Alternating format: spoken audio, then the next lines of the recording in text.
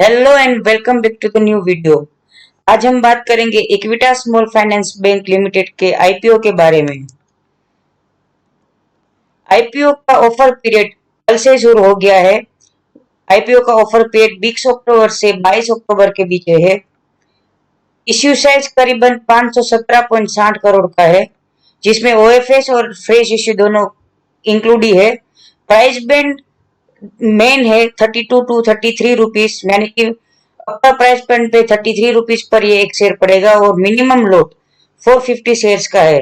मतलब अगर आपको एक लोट का इन्वेस्टमेंट करना है तो करीबन करीबन 14,850 रुपीज आपको इन्वेस्टमेंट करना पड़ेगा।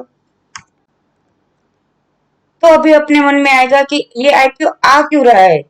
ये आईपीएल सीजन की तरह आईपीओ के सीजन में अपने हाथ धोने आ रहा है क्या? बट इसका भी एक रीजन है। आरबीआई और एक स्मॉल फाइनेंस बैंक के गाइडेंस लाइसेंसिंग गाइडलाइंस के हिसाब से किसी भी बैंक को 3 साल के अंदर अंदर अपने बिजनेस को कमेंसमेंट के 3 साल के अंदर अंदर खुद को लिस्ट करवाना पड़ता है स्टॉक एक्सचेंज पर। अब ये बैंक ने 5 सितंबर 2016 को ही अपना बिजनेस स्टार्ट कर दिया था और उस हिसाब से देखने जाए तो उसको 4 सितंबर 2019 के पहले पहले उसको लिस्ट करवा देना था, बट वो किसी कारणों की वजह से नहीं करवा पाए और ये अभी लिस्ट करवाने आ रहे हैं। और हाँ, इसी गाइडलाइंस के हिसाब से प्रमोटर को इस बैंक में अपना शेयर 40% तक लेके आना है 4 सितंबर 2021 तक।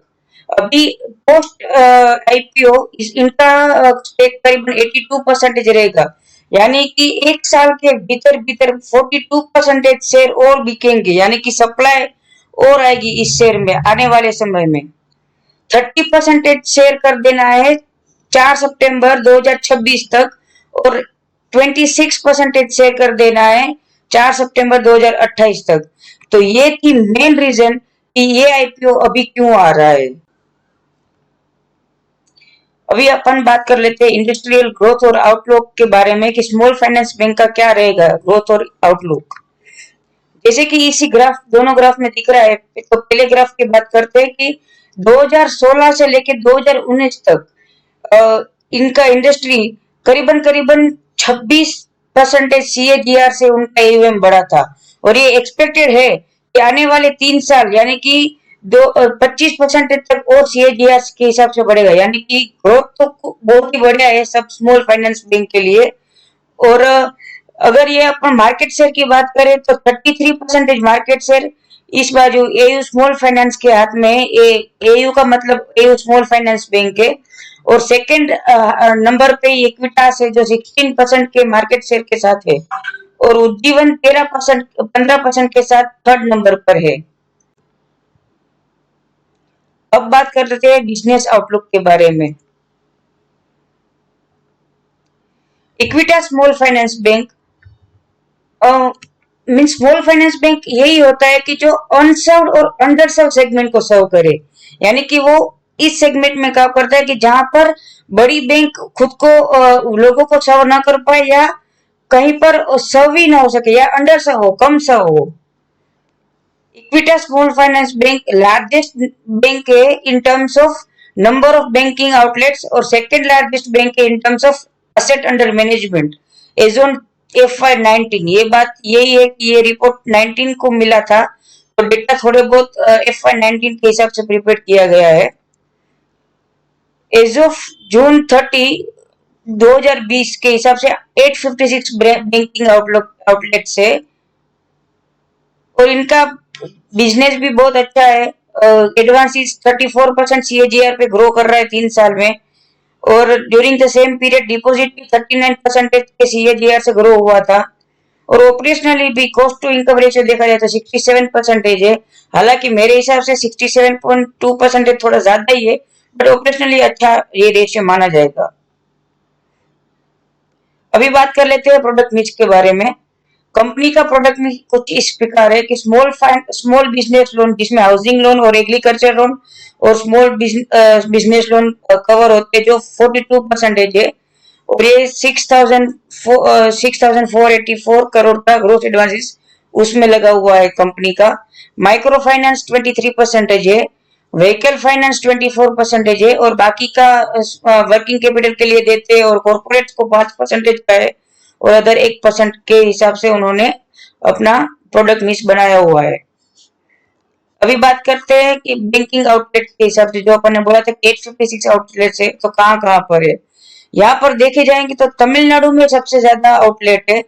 मीन्स करीबन करीबन 2-3 स्टेट देख ले तो मैक्सिमम 60 to 70% आउटलेट उनके वहीं केटर होते हैं। और इस हिसाब से इधर अगर अगर टेबल पे देखे तो ईस्ट इंडिया में तो अभी इनका कुछ भी एक भी आउटलेट नहीं है, तो उनको वहां पर ग्रोथ अपॉर्चुनिटी है। डिपॉजिट का ट्रेंड देखने जाए तो डिपॉजिट का ट्रेंड हालांकि अच्छा है, करीबन करीबन ऑलमोस्ट डबल हो चुका है deposit compare to FY 2018। Retail deposit as a percentage of total deposit देखने जाए तो ये रेशियो भी अभी बढ़ा है। मीन्स रिटेल डिपॉजिट जितना ज्यादा रहेगा उतना ही उनको कॉस्ट कम पड़ेगा, ऑपरेटिंग एक्सपेंसेस कम पड़ेंगे, कि वो भी अभी हाल फिलहाल में बढ़ा है। मीन्स FY 28 में अगर देखा जाए तो 16.20% था, जो अभी जून में हाल फिलहाल 46.40% हो गया है। थोड़े बहुत फाइनेंशियल रेशियो देख लेते हैं। ये फाइनेंशियल रेशियो थोड़े बहुत देख लेना। ये जो स्टार मार्क किए हुए वो अनएन्युलाइज्ड है, यानी कि 3 महीने के हिसाब से बनाया गया है। अगर ईपीएस देखे तो अगर अपन ईपीएस डायरेक्ट 2022 का देखे 31 मार्च का तो ₹2.39 पैसा है। नेट इंटरेस्ट मार्जिन देखा जाए तो एज ऑन 31 मार्च 9.1% था और जो जून 2020 में 8.63% है। कॉस्ट टू इनकम रेशियो देखो तो 2018 में 80% था, जो गिरकर 66 के करीबन आ गया, वो हालांकि अच्छी बात है। एनपीए के रेशियो में थोड़ी बहुत निराशाजनक है कि 2.7% से वो अभी भी 2.7 के करीबन ही घूम रहा है और नेट एनपीए भी हालांकि बड़ा है। और प्रोविजन कवरेज रेशियो देखिए तो बहुत कम रखा है। मीन्स अगर ये अभी का देखे 31 मार्च 2020 का तो 45.2% था, जो मेरे हिसाब से 60 के ऊपर हो तो कोई भी बैंक के लिए अच्छी बात मानी जाएगी। अभी कंपैरिजन कर लेते थोड़े बहुत उनके पीयर्स के साथ। ऑपरेशनल एफिशिएंसी देखे तो ऑपरेशनल एफिशिएंसी में AU small finance bank highest business करता है पर ब्रांच के हिसाब से। मीन्स एक ब्रांच कितना बिजनेस करती है, एक ब्रांच कितना एडवांसेस करती है, उस हिसाब से अगर ये डेटा देखने जाए तो एयू स्मॉल फाइनेंस बैंक बहुत ही बढ़िया है।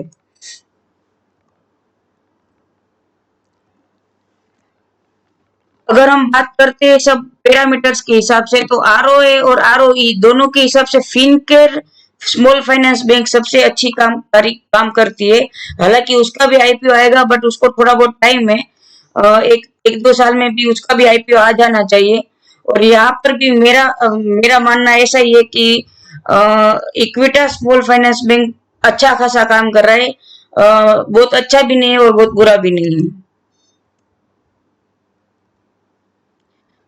की रिस्क और कंसर्न देखा जाए तो ये कोविड का इम्पैक्ट अपने बिजनेस पे थोड़ा बहुत नेगेटिव इम्पैक्ट कर सकता है।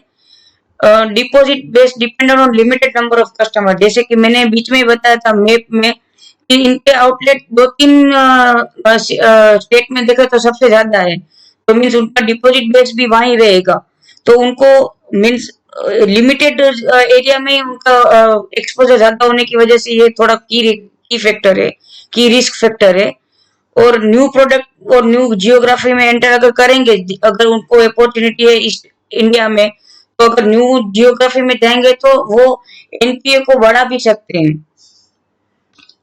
अभी कंपैरिजन करें इंडस्ट्री पीयर के ग्रुप पी के साथ और मेरा क्या रिकमेंडेशन रहेगा। देखे जाए तो इंडस्ट्री में हाईएस्ट पी 32.26 में है और लोएस्ट पी 5.89 पर है और एवरेज पी करीबन 16.13 पे आता है। और इनका स्ट्रॉन्ग एडवांसेस है इक्विटा स्मॉल फाइनेंस बैंक का, और अंडर सर्व्ड और अनसर्व्ड कस्टमर को ये टारगेट भी करते हैं, तो अपॉर्चुनिटी तो बहुत ही रहेगी। फिर भी मैं इस आईपीओ को अवॉइड बोलूंगा, क्योंकि देखने जाए तो Q1 FY 21 के पी के हिसाब से 16.3 के मल्टीपल पे इसका हायर प्राइस बैंड रखा गया है, जो एवरेज इंडस्ट्री पी के करीबन थोड़ा सा ऊपर ही है। तो मेरा मानना ऐसा है कि अगर किसी को जाना ही है इसी सेक्टर में तो एयू स्मॉल फाइनेंस बैंक के साथ जाओ। हालांकि उसका P30 के करीबन है, पर उसका बिजनेस बहुत रोबस्ट है और उसका रिस्क कैपेसिटी भी बहुत अच्छी है। और मेरे हिसाब से एयू स्मॉल फाइनेंस बैंक हाल फिलहाल में बहुत अच्छा काम कर रहा है। Thank you so much for this watching this video. मेरे इस वीडियो को लाइक करें, शेयर करें और सब्सक्राइब करें मेरे चैनल को। जय हिंद।